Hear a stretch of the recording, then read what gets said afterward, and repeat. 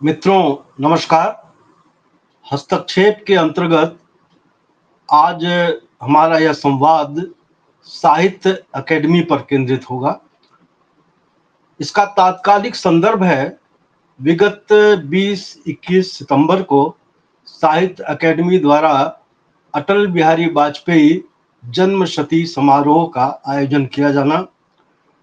भोपाल में आयोजित इस समारोह में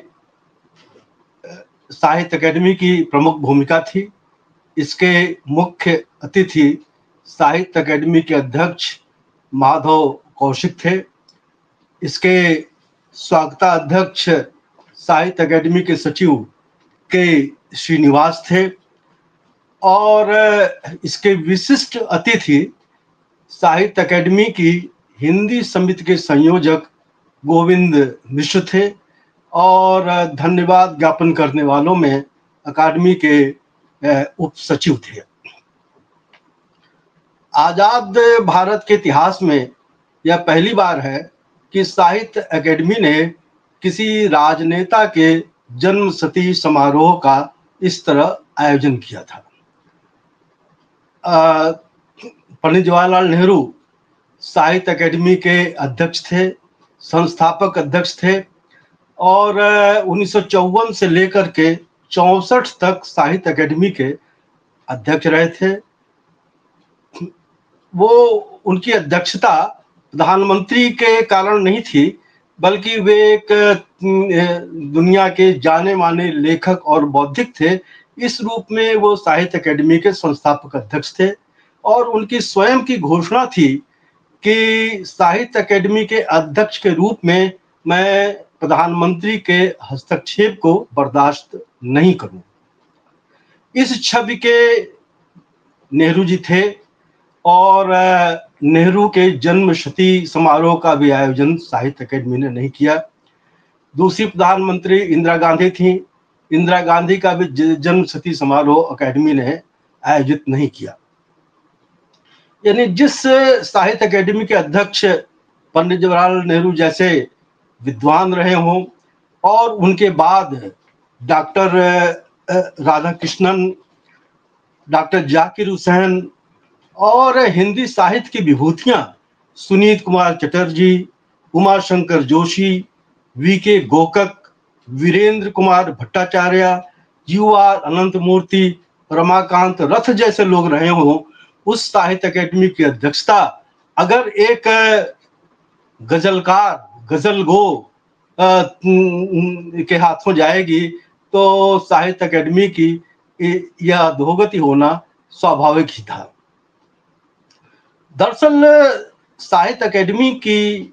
यह एक ढलान यात्रा जो है, इस ढलान यात्रा की शुरुआत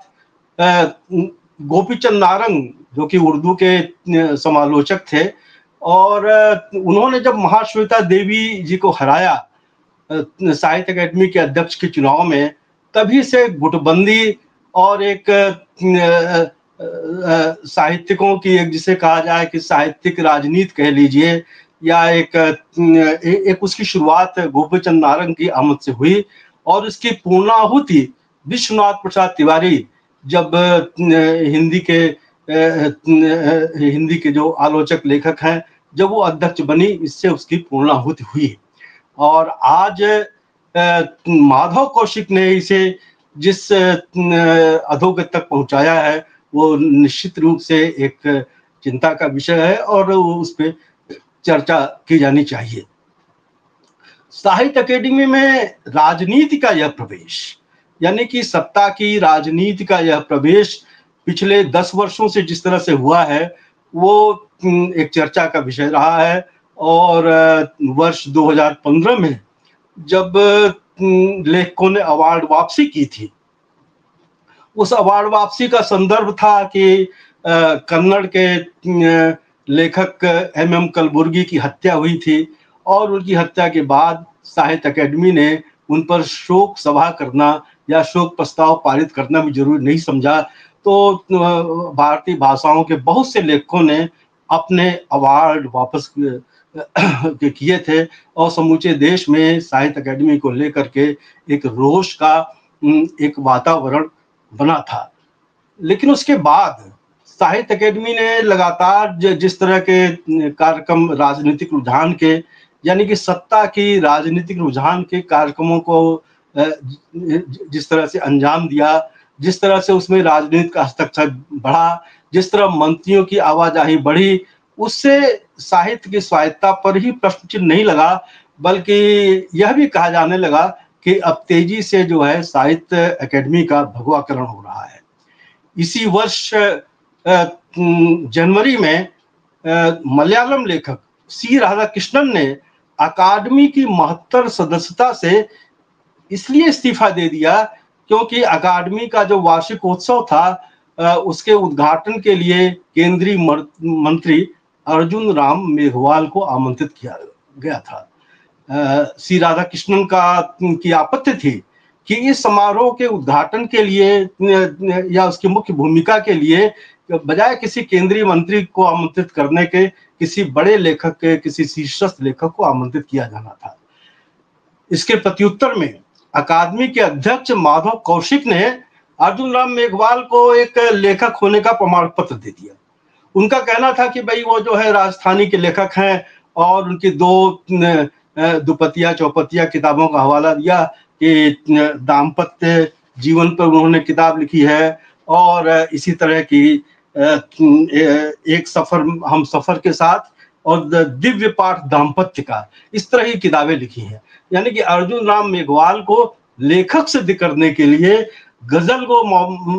माधव कौशिक ने उनकी किताबों को खोज लिया, जबकि राजस्थान के लेखकों का कहना है कि एक लेखक के रूप में, यानी राजस्थानी भाषा के लेखक के रूप में भी राजस्थान के लोग जो है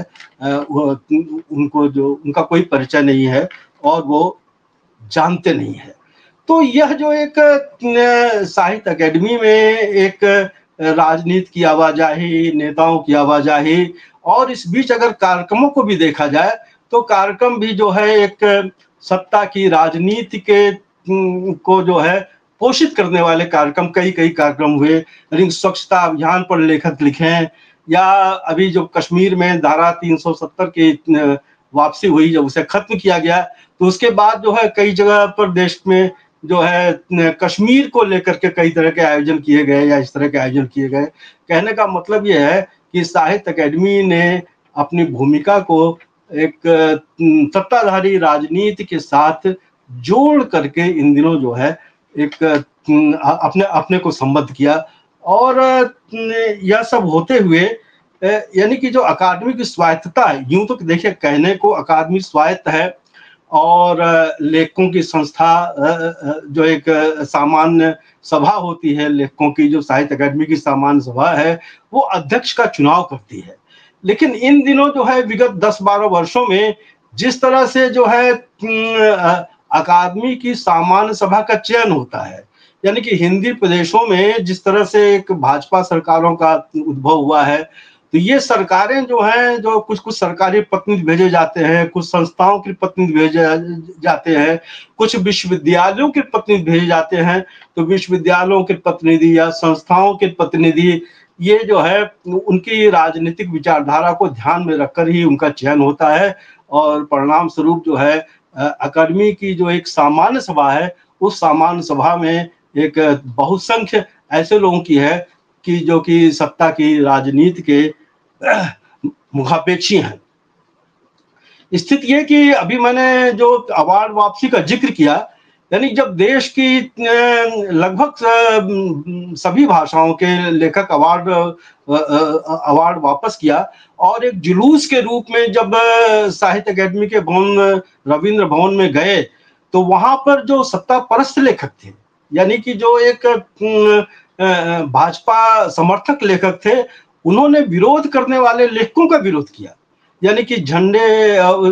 बैनर लेकर के और तख्ती लेकर के, और उनमें प्रमुख जो विरोध करने वालों में थे उसमें नरेंद्र कोहली थे, कमल किशोर गोयनका थे, मालिनी अवस्थी थे। यानी लेखकों के बीच में एक सत्ता परस्त लेखकों की जमात पैदा की गई।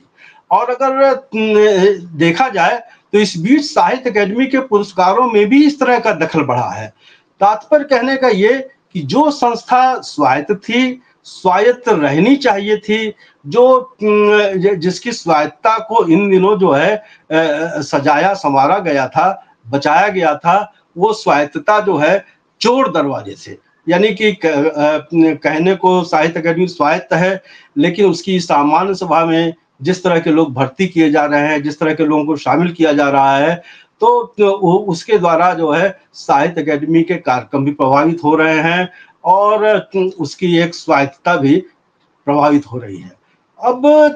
अकादमी की स्वायत्तता पर जब इस तरह की आंच आए, तो देखिए अन्य भाषाओं यानी हिंदी के अतिरिक्त दूसरी भाषाओं में तो इसकी चर्चा भी है और इसका विरोध भी है, समय समय पर लोगों ने विरोध जाहिर भी किया है, लेकिन हिंदी के लेखकों में प्रायः एक मौन सा है और मुझे लगता है कि एक जो लोभ लाभ की संस्कृति है,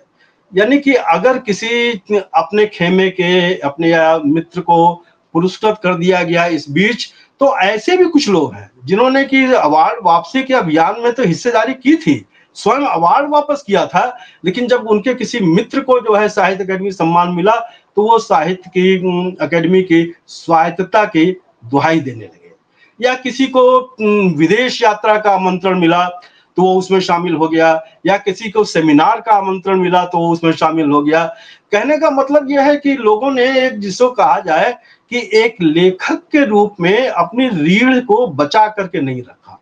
एक जो सामूहिकता यानी कि अवार्ड वापसी के बाद जो एक वातावरण बना था, उस वातावरण को बरकरार रखने के बाद उस विरोध को एक जिसे कहा जाए कि कारगर रूप देना, इसकी भूमिका प्रायः समाप्त हो गई। तो इस दौर में जिस तरह का एक रवैया अख्तियार किया गया और खासकर हिंदी पट्टी के लेखकों ने, तो हिंदी पट्टी और इसमें मैं हिंदी के लेखक संगठनों को भी शामिल करता हूँ कि हिंदी के लेखक संगठनों को साहित्य अकादमी की स्वायत्तता को नष्ट करने का यह जो सिलसिला है, इसके विरोध में जिस तरह से उन्हें अपनी आवाज बुलंद करनी चाहिए थी, नहीं की। यानी जो अटल बिहारी वाजपेयी का जो एक जन्म शती समारोह ही आयोजित किया गया, इसकी कहीं कोई चर्चा नहीं है, न लेखकों के बीच में है, न लेखक संगठनों के द्वारा है। तो मैं समझता हूं कि यह मौन, यह उदासीनता जो है एक साहित्य अकादमी जैसी संस्था की स्वायत्तता को नष्ट करने वाला है और हम इसके एक मूक दर्शक बने रहें, ये एक चिंता की बात है। वैसे ऐसा नहीं है कि साहित्य अकादमी को लेकर के पहले सवाल नहीं उठे हों। साहित्य अकादमी को लेकर के, उसकी भूमिका को लेकर के पहले सवाल उठे हैं, लेकिन वो सवाल भिन्न कोटि के थे। यानी कि यह कहा गया कि जो है जिन लेखकों को पुरस्कृत किया जाना था, उनमें कई लेखक ऐसे थे जिनको कि साहित्य अकादमी सम्मान नहीं दिया गया। जैसे उदाहरण के रूप में सबसे बड़ा नाम फणीश्वरनाथ रेणु का है कि फणीश्वरनाथ रेणु को जो है साहित्य अकादमी सम्मान नहीं दिया गया। या राही मासूम रजा, आधा गांव जैसे उपन्यास के लेखक, उनको यह उपन्यास नहीं, उनको यह सम्मान नहीं दिया गया। या बाबा नागार्जुन को हिंदी का साहित्य अकादमी सम्मान न देकर के मैथिली का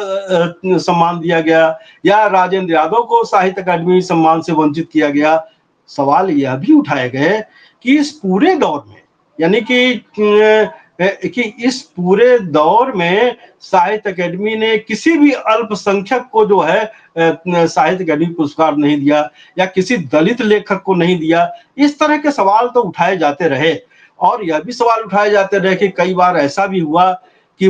किसी महत्वपूर्ण कृति को सम्मानित न करके, यानी यशपाल का ही उदाहरण दिया जाता है कि यशपाल के उपन्यास झूठा सच को साहित्य अकादमी पुरस्कार न दे करके बहुत बाद में जब वो मृत्युशैया पर थे 1976 में, तब उनके उपन्यास मेरी तिरी उसकी बात पर दिया गया। इसी तरह जैनेन्द्र के जो है कमतर उपन्यास पर दिया गया। विष्णु प्रभाकर को आवारा मसीहा पर न दे करके उनके एक अर्धनारीश्वर जैसे कम जाने जाने वाले उपन्यास को दिया गया। तात्पर्य कहने का ये कि यह तो आरोप या यह सवाल तो उठाए जाते थे कि अकादमी को जिस तरह से पुरस्कारों के को प्रदान करने में जिस तरह की पारदर्शिता, जिस तरह की निष्पक्षता बरती जानी चाहिए तो नहीं की इस तरह के। लेकिन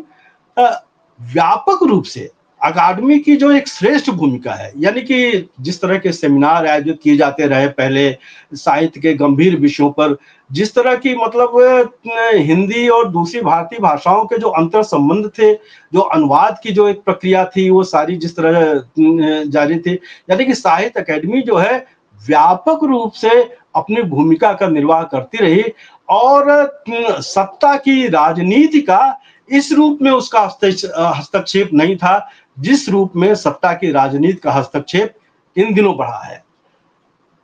तो चिंता की बात यह है कि साहित्य की स्वायत्तता चोर दरवाजे से लगातार जो है नष्ट की जा रही है और लगातार उसमें हस्तक्षेप जारी है, लेकिन हम लेखकों का जिस तरह से इसके विरुद्ध जो एक अभियान बनना चाहिए था, यानी कि पुरस्कार वापसी के बाद का सिलसिला जो है एक जो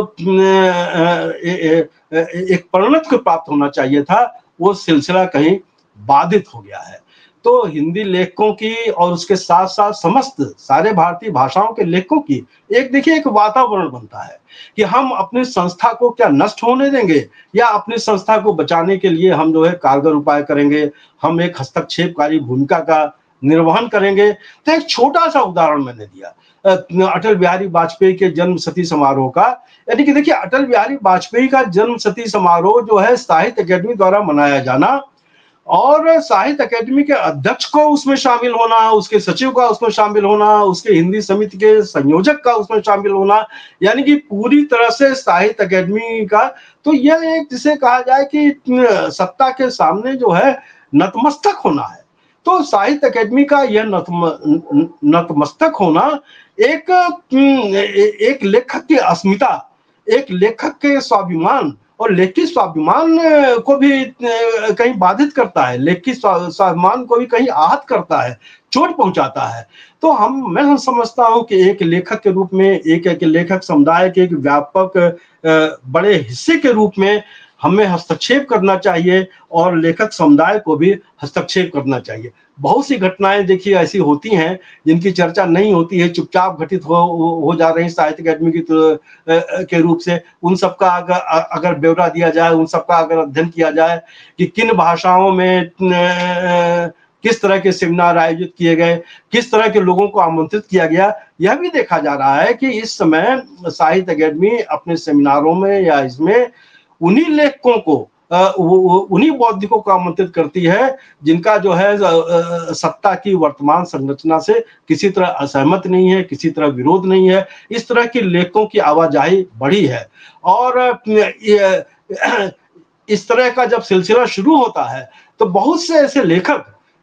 जो कि जिनकी रीढ़ सीधी भी होती है, जो एक इसके विरोध में भी खड़े होना चाहते हैं, वो मौन धारण कर लेते हैं। तो मैं समझता हूं कि आज आवश्यकता इस बात की है कि लेखकों का सहकार बने, लेखकों की एकता बने और साहित्य अकेडमी की यह जो भूमिका है, साहित्य अकेडमी की को अधोगति तक पहुंचाने की, इस भूमिका पर एक सवाल उठाया जाए। इस भूमिका के सामने जो है जिसे कहा जाए कि प्रतिरोध का स्वर उठाया जाए। देखिए जो दूसरी संस्थाएं हैं, ललित कला अकेडमी है या दूसरी जगह है, वो उन संस्थाओं को कई तरह से जो है नष्ट करने की कोशिश हुई है, काफी कुछ उन्हें नष्ट किया गया है। दूसरे तरीके साहित्य अकेडमी को बाधित करने की यह भी है कि अब जो है सरकार के द्वारा इस तरह के प्रयत्न किए जा रहे हैं कि साहित्य अकेडमी में स्ववित्त पोषित हो, उसका भी जो एक बजट है वो कम किया जा रहा है, बल्कि लेखकों पर नकेल लगाने के लिए, यानी कि पिछली लोकसभा में यह प्रस्ताव भी एक कमेटी के द्वारा लाया गया कि ये जो पुरस्कार वापसी हुई है, इस पुरस्कार वापसी या अवार्ड वापसी को रोकने के लिए जो जिन लेखकों का चयन किया जाए, यानी जिनकी सूची बनाई जाए कि इन लेखकों को जो है सम्मानित किया जाना है या उनके रचनाओं पर विचार किया जाना है, तो उनसे एक लिखित अंडरटेकिंग ले ली जाए कि वो पुरस्कार प्राप्त होने पर इसको जो है वापस नहीं करेंगे। तो इस तरह के भी प्रयास है। तो मैं समझता हूं कि इस तरह के प्रयासों का जो है विरोध किया जाना चाहिए। और साहित्य अकेडमी जो है एक स्वायत्त संस्था है, कला, संस्कृति और लेखन को जो है बढ़ावा देने वाली संस्था है और देश के मनीषियों ने इस संस्था का निर्माण किया था। तो हमारे देखते देखते, जिस देखिए बहुत सी संस्थाएं नष्ट हो रही हैं, बहुत सी संस्थाओं की स्वायत्तता नष्ट हो रही है, लेकिन उनके खिलाफ आवाजें भी उठाई जा रही हैं। लेकिन हम लेखकों को सजग होना चाहिए, हम लेखकों को सन्नद्ध होना चाहिए और साहित्य अकेडमी की स्वायत्तता को नष्ट करते हुए मौन नहीं रहना चाहिए और एक कारगर हस्तक्षेप करना चाहिए। मैं इसी अपील के साथ अपनी ये बात समाप्त करता हूँ। धन्यवाद मित्रों।